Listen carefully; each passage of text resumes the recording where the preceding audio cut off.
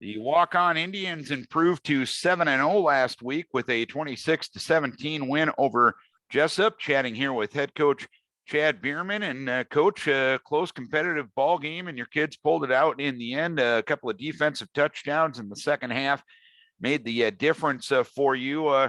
What ultimately, other than that, got it done for you last Friday night?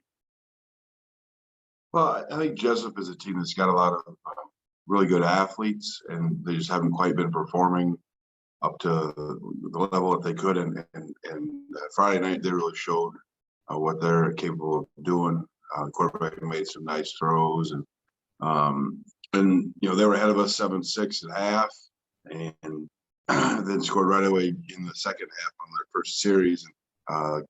We had basically two offensive linemen out that really kind of messed up the way we were performing. I think is one of the big things. And like I said, I mean, they got some kids and their kids played, but we got those two big defensive pick sixes, which, I mean, obviously you don't want to count on that to win a ball game, but you'll take it if you get it. So Braxton Stewart had actually almost made one earlier in the game, just didn't quite reel the ball in. So the second time he stepped in front of it, he took it back, and then the next series Lincoln gets one. So we had back-to-back series where we had defensive touchdowns, and that got us ahead, and we were able to shut them out after that first score they got in the third quarter. And when you had a game like that last Friday night, knowing the fact that a lot of your postseason games will probably be a little tighter of a margin than some of your games have been this season, having a game like that, does that kind of get you ready a little bit for the postseason?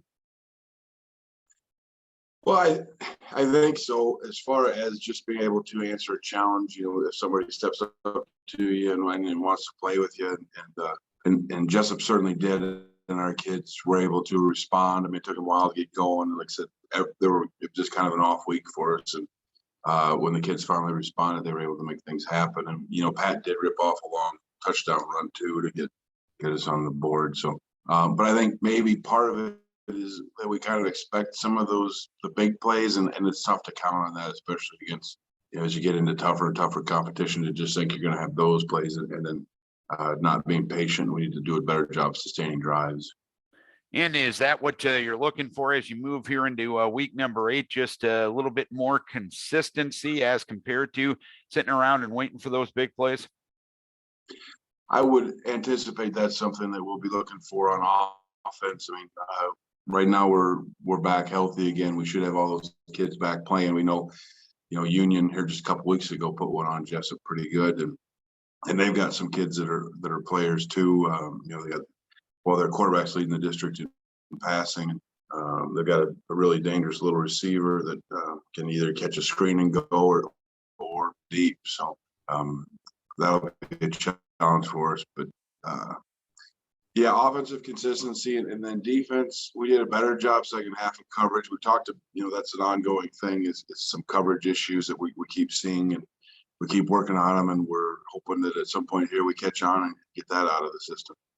And the fact that you got Union coming to town this week, you mentioned they beat Jessup by a pretty good margin a few weeks back. They played North Fayette Valley toe-to-toe and led for the majority of that ball game last Friday night. I know their record is 3-4, but based on those facts alone, they're going to come ready to play, I'd imagine, come Friday night. You agree?